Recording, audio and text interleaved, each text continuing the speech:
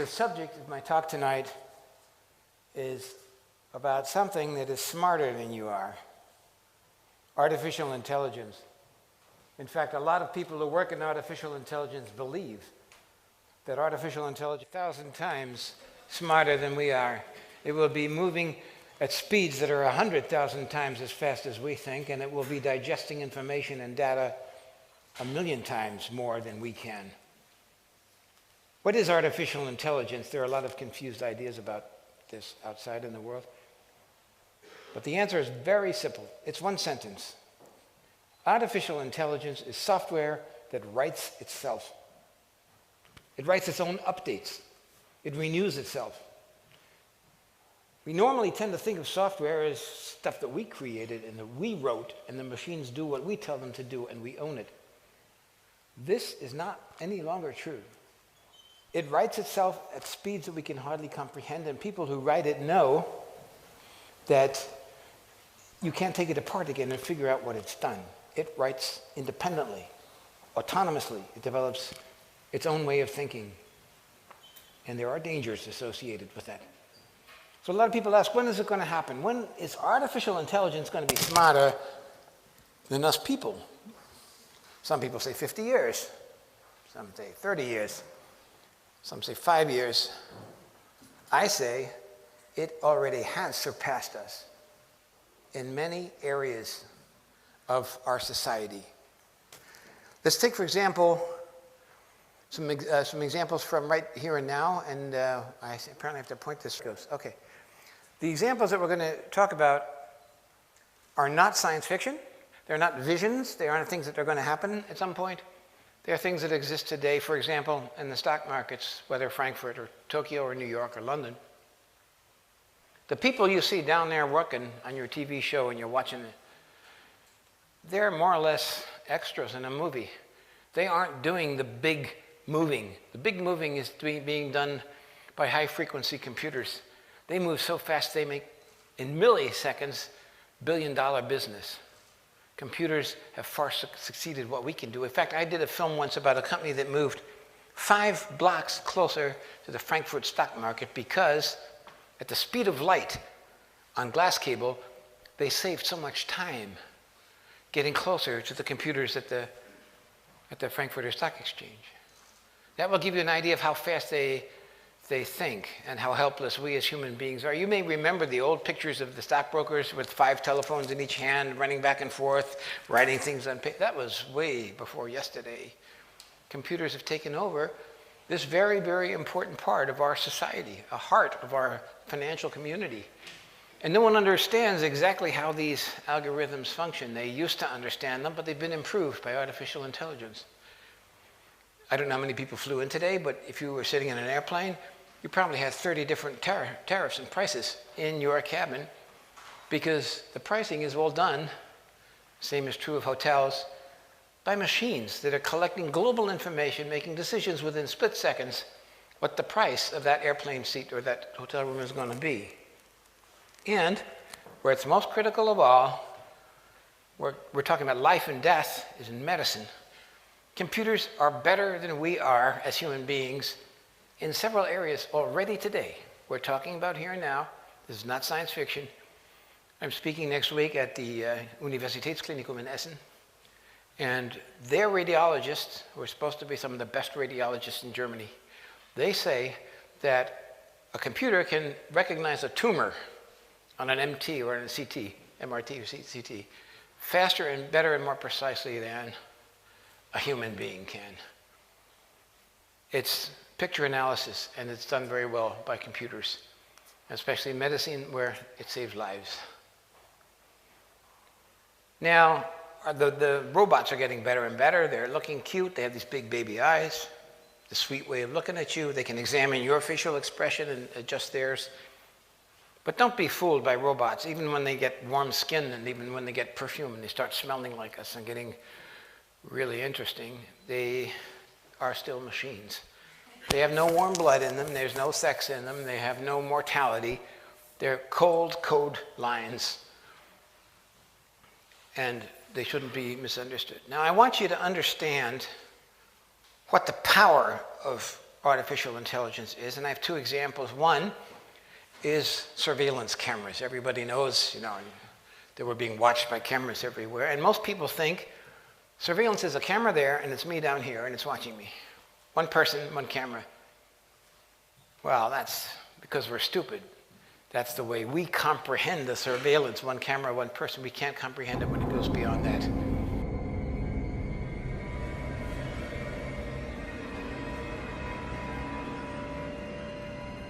This image was taken 17,500 feet above Quantico, Virginia, and covers 15 square miles.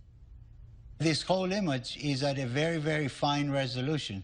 So if we wanted to know what is going on in any spot along this image, say near this building at this intersection, everything that is a moving object is being automatically tracked. The color boxes represent that the computer has recognized the moving objects. You can see individuals crossing the street. You can see individuals walking in parking lots.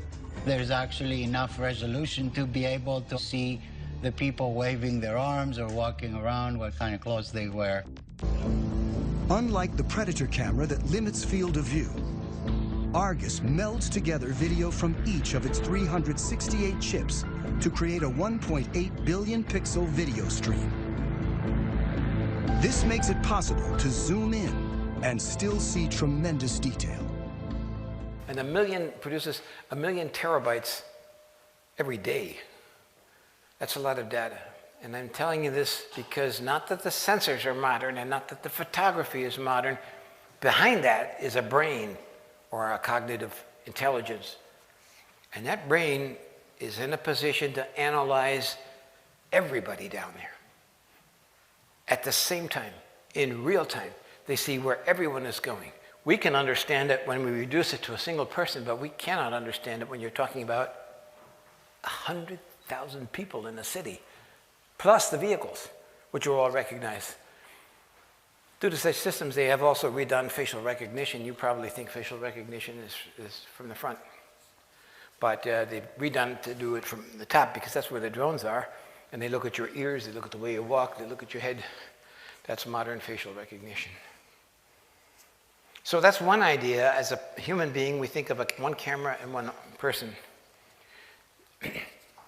This is a little of their things, that it's taking all the details, all the music up, and they record it so they can tell where that person was 2 weeks ago, 2 months ago, what stores he visited, what his whole behavioral patterns are. That's all part of the analysis of Argus. These are called tennis balls in military and intelligence circles. It's a new secretive sensoric thing. A cruise missile will fly into a valley in Afghanistan, and this is especially important because the troops have left many of these areas, and it will drop literally thousands of these sensor packages, or these tennis balls. They're all packed in foam rubber. They record with cameras, they record with microphones, they record with seismic measurements, they record with Geiger counters, they record with chemical sensors that can look for chemical things. That's not the amazing part of it, and it's not the amazing part that they have a little signal that goes over here to the transmitter goes up to the satellite. Old technology, nothing special. But the special part of it is, behind that system, there's a fusion software that can combine the audio and the visual and the seismic and the chemical, all of these signals, and make sense of them and analyze on the ground what kind of troop movements they are, what are the kinds of vehicles they're using, what are they transporting, is there radioactivity in that? It takes all of these different pieces of information and turns it, through fusion software, into an understandable picture, which goes way beyond our vision. Artificial intelligence only works if you have huge data masses. Artificial intelligence only works if you have big data. But big data only works if you have artificial intelligence to make sense of it, because human beings can no longer sort and sift and order the huge volumes of data that we have collected. And thus it is not surprising that the company that has the most information in the world, it's probably the most powerful country in the world, Google, is very interested in artificial intelligence and has been traveling around the world as a shopping queen, buying all the companies that are dealing with robotics. This is one of their robots. This is called Atlas.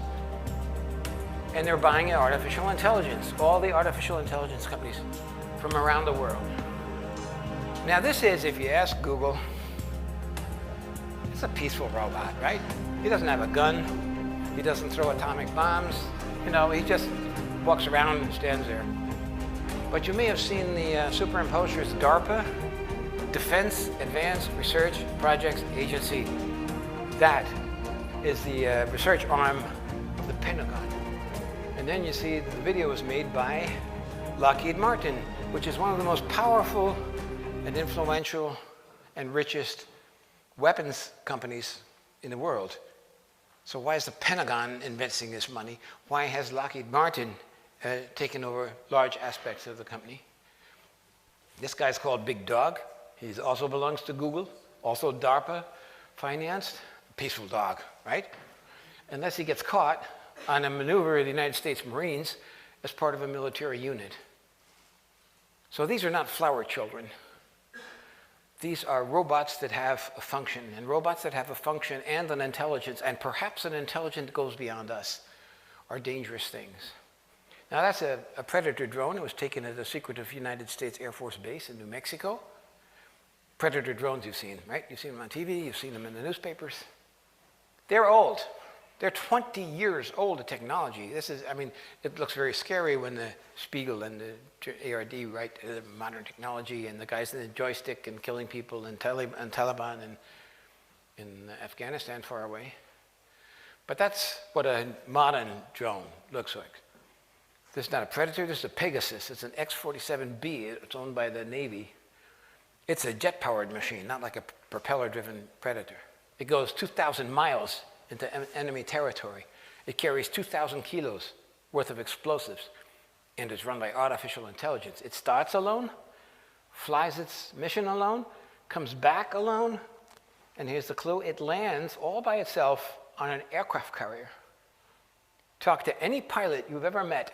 What's the most difficult landing area you can possibly imagine? They say it's an aircraft carrier. Short runway, things moving, very hard.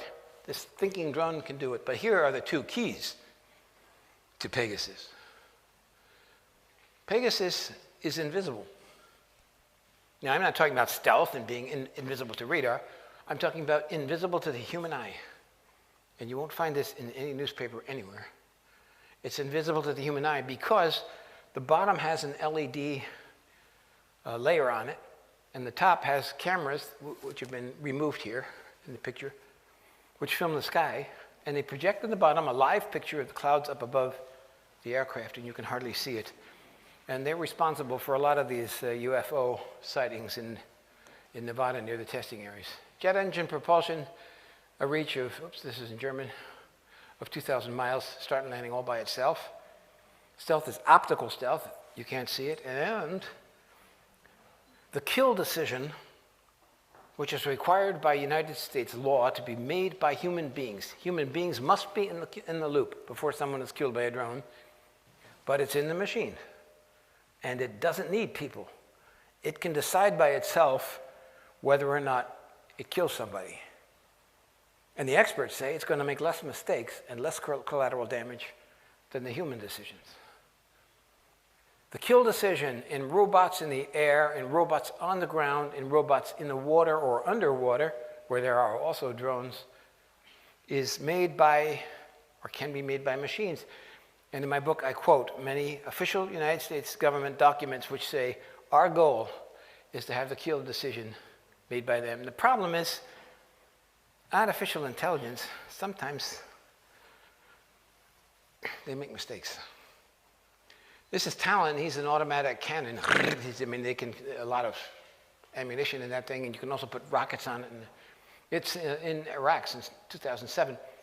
At a demonstration with US generals and experts, the damn thing got out of control and started pointing at the audience. And there was a Marine there, thank goodness, running across the field who tackled it like a football player and threw it on his side and probably prevented a couple hundred people from being killed. Now, this wasn't reason enough to take a lucrative contract away from the company that built it, and it wasn't enough to take the talent out of Iraq. It's just sort of off duty for the moment because, you know, there were some early stages of development, you know, that kind of problem. But don't underestimate artificial intelligence because it's getting better every day, and it's going to scare us. And now I'm right at the right time where I say stop. Because I want to take a look now. This has all been here and now technology.